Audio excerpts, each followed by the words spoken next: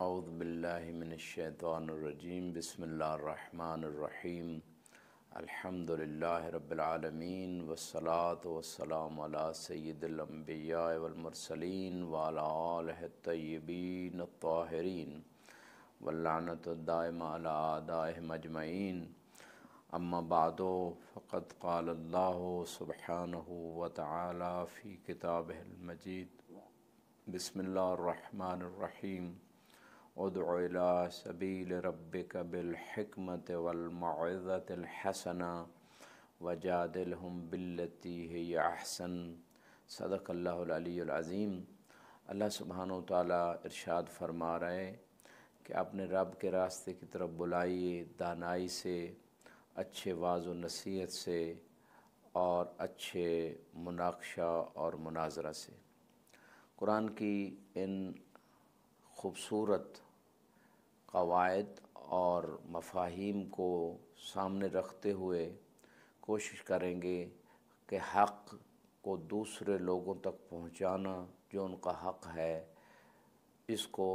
ادا کیا جائے۔ لہٰذا وہ سلسلہ کہ جس میں ان شبہات کا، ان اشکالات کا جواب دینا ہم نے شروع کیا ہے یہاں نجف اشرف سے، کہ جو اشکالات و اعتراضات مرجعیت کے اور تقلید کے نظام پہ اوپر اللہ یاری نے پیش کیے ہیں، ان اعتراضات اور ان اشکالات میں ایک اشکال یہ تھا کہ صاحب جواہر، یہ جو استدلال پیش کیا گیا یاری کی طرف سے کہ صاحب جواہر نے جو اپنی کتاب جواہر الکلام، معروف کتاب ہے، معروف فقی عالم دین ہیں، جواہر الکلام کی جلد نمبر 41 کا حوالہ جو یاری صاحب نے دیا کہ یہ دلیل ہے کہ تقلید اور مرجعیت کا نظام بدعت ہے۔ وہ دلیل کیا ہے؟ آئیے دیکھتے ہیں صفحہ 21 پہ۔ یہ عبارت انہوں نے ذکر کی، قد یدعی او قد یدعا ان الموجودین فی زمن النبی صلی اللہ علیہ وآلہ وسلم ممن امر بالترافع الیہم قاصرون عن مرتبۃ الاجتہاد، یعنی کبھی یہ دعویٰ کیا جا سکتا ہے کہ زمانہ نبی صلی اللہ علیہ وآلہ وسلم میں جو لوگ موجود تھے ان کی طرف جو فیصلے لینے کے لیے ان کی طرف ترافع کا جو حکم دیا گیا، وہ لوگ جو فیصلے کرتے تھے لوگوں کے، وہ اجتہاد کے مرتبے سے قاصر تھے۔ وَإِنَّمَا يَقْضُونَ بَيْنَ النَّاسِ بِمَا سَمِعُوهُ مِنَ النَّبِي صلی اللہ علیہ وآلہ وسلم، وہ لوگ جن کی طرف فیصلے ہوتے تھے لوگ لے کے جاتے تھے اور وہ فیصلے کرتے تھے، وہ لوگ کیا فیصلے کرتے تھے؟ جو رسول خدا صلی اللہ علیہ وآلہ وسلم سے سنتے تھے اس کے ذریعے سے فیصلے کرتے تھے۔ تو یہاں پہ یاری صاحب کا استدلال یہ ہے کہ زمانہ نبی صلی اللہ علیہ وآلہ وسلم میں اپنی رائے پیش نہیں کی جاتی تھی،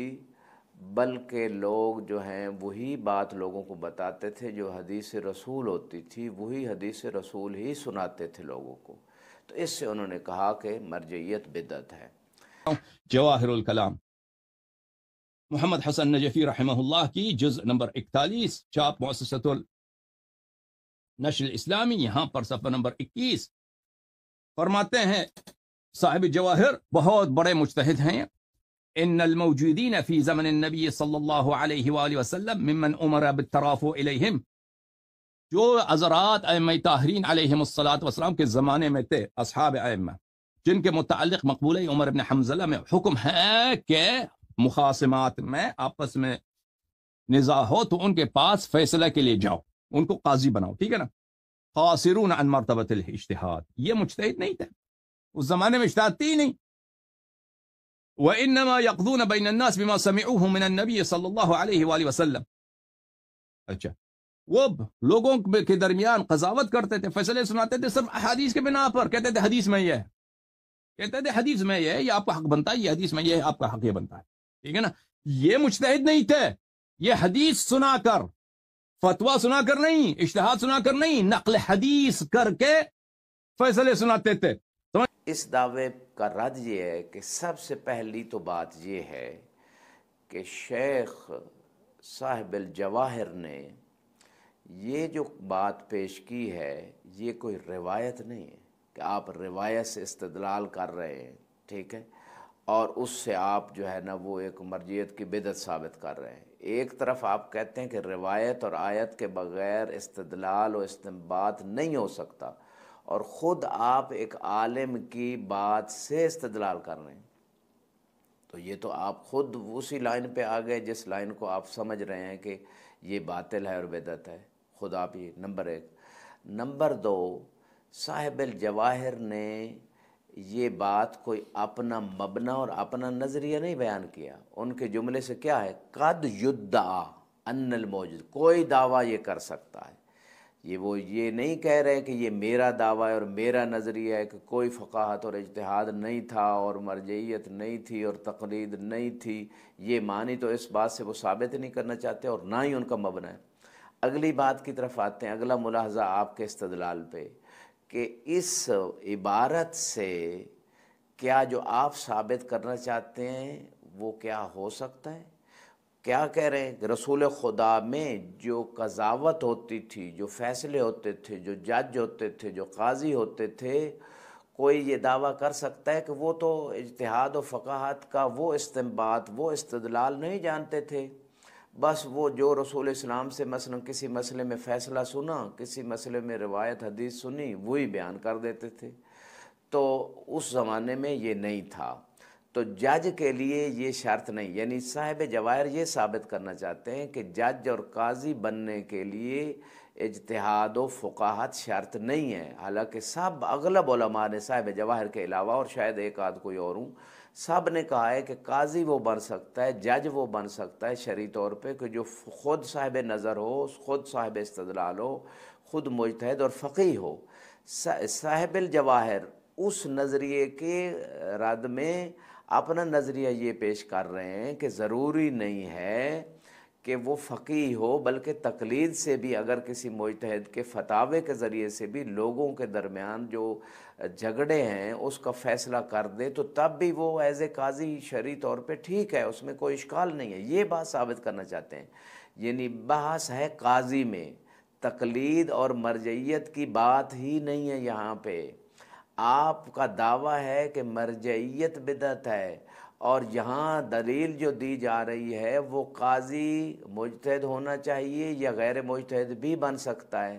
دعویٰ آپ کا اور ہے، دلیل اور ہے، صاحب جواہر اور دعویٰ ثابت کرنا چاہتے ہیں، آپ کسی اور دعوے کی طرف لے جا رہے ہیں۔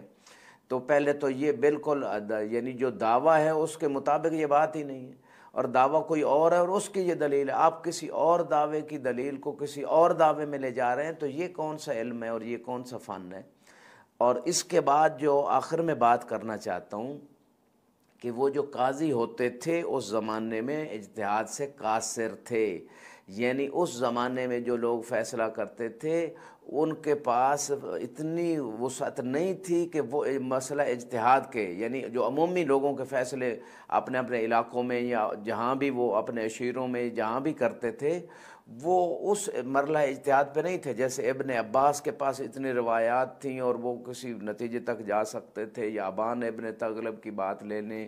یا اور کچھ لوگ تھے، تو اس مقام پہ نہیں تھے، مقام اجتہاد پہ نہیں تھے، یہ کوئی دعویٰ کر سکتا ہے۔ اب یہ نہیں کہہ رہے کہ بالکل ایسا ہی تھا کہ کوئی مجتہد تھا ہی نہیں، کوئی فقیہ تھا ہی نہیں، یہ تو وہ بات کر ہی نہیں کر رہے۔ یعنی ممکن ہے کوئی دعویٰ کرے کہ اس زمانے میں تو اس مرحلے کا اجتہاد و فقاہت جو آج موجود ہے وہ نہیں ہے، کہ اتنے کتاب طہارت سے لے کر کتاب دیات تک اتنے زیادہ مسائل اور سب کی ادلہ آیات اور روایات اور یہ ساری چیزوں میں نظر کرنا اور پھر نتیجہ دینا، یہ اس زمانے میں تو نہیں تھا اس طرح کی چیز، یہ بات وہ کر رہے ہیں۔ اگر وہ اس زمانے میں قاصر تھے کچھ لوگ، فرضاً یہ بات ہو رہی ہے، اور اس میں مجتہد فقیہ بھی تھے، ابن عباس جیسے فقہا بھی تھے، تو اس ابن عباس جیسے فقیہ جن کی فقاہت کے بارے میں کوئی فرقہ بھی انکار نہیں کرتا، تو یہ بات تو پھر آپ کا دعویٰ تو ختم ہو گیا کہ کوئی فقیہ نہیں تھا، کوئی مجتہد نہیں تھا، اور ابن عباس سے لوگ پوچھتے تھے باتیں۔ تو یہاں پہ جو بات ہو رہی ہے قاصرون عن مرتبۃ الاجتہاد، کہ اگر فرض کر لیں کہ وہ اجتہاد کے قابل، یعنی اجتہاد اس معنی میں استدلال تفصیلی ادلہ کے ساتھ اس پہ قادر نہیں تھے، پھر بھی قاضی تھے، کوئی کہہ سکتا ہے، تو یہ بات ہو رہی ہے۔ نہ کہ یہ بات ہو رہی ہے کہ اجتہاد ہی نہیں تھا، فقاہت بھی نہیں تھی اور فقاہت حرام تھی، یہ تو کوئی بات اس سے ثابت ہی نہیں ہوتی۔ اور وہ کس سے فیصلہ کرتے تھے؟ وہ فیصلہ کرتے تھے کہ جو نبی صلی اللہ علیہ وآلہ وسلم سے سنتے تھے۔ اب سننے کی دو چیزیں ہیں، یا روایت جو سنتے تھے حدیث، اسی کو بعین ہی وہ پیش کر کے جیسے اس حدیث سے رسول خدا فیصلے کرتے تھے اسی طرح وہ بھی سنا کہ بھئی یہ اس طرح رسول خدا نے اس حدیث سے فیصلہ کیا، یا پھر رسول خدا کی احادیث سے سمجھ کے جو بات حکم سمجھ ان کو آتا تھا وہ لوگوں کو بتاتے تھے۔ تو یہ عام ہے، یعنی چاہے بعینی حدیث سنا کے وہ فیصلہ کر دیتے تھے، چاہے حدیث سے جو بات ان کو سمجھ آتی تھی کہ رسول خدا اس سے یہ فیصلہ لینا چاہ رہے ہیں، یہ مراد ہے ان کی، اس کو لوگوں کو سنا کے فیصلہ کر دیتے تھے۔ تو اس میں تو پھر وہ ہمارا مدعا ثابت ہو گیا کہ فقہا جو آیات اور روایات سے جو بات ان کو سمجھ آتی ہے اس سے حکم شرعی بیان کرتے ہیں۔ آپ کا مدعا ثابت نہیں ہوا، آپ یہ کہنا چاہتے ہیں بعین ہی روایت پیش کرتے تھے، تو یہاں کہاں کون سے جملے سے آپ نے سمجھا کہ بما سمعوہ من النبی، کہ عین روایت ہی جو کچھ وہ انہوں نے، بما با یہاں بھی موجود ہے، بما یہ کہاں لے کے جائیں گے کہ اس جو رسول خدا سنتے تھے حدیث یا روایت جو بھی آپ اس کو تعبیر دیں، اگرچہ اصطلاحی اعتبار سے حدیث ہی کہنا چاہیے جو نبی صلی اللہ علیہ وسلم کی طرف منسوب ہو، تو اس کے ذریعے سے بما یہ جو لفظ موجود ہے اس کے ذریعے سے جو بات ان کو سمجھ آتی تھی اس کے ذریعے سے فیصلہ کرتے تھے۔ اللہ کل حال اس تمام بات کو جو آپ لے کے آئے ہیں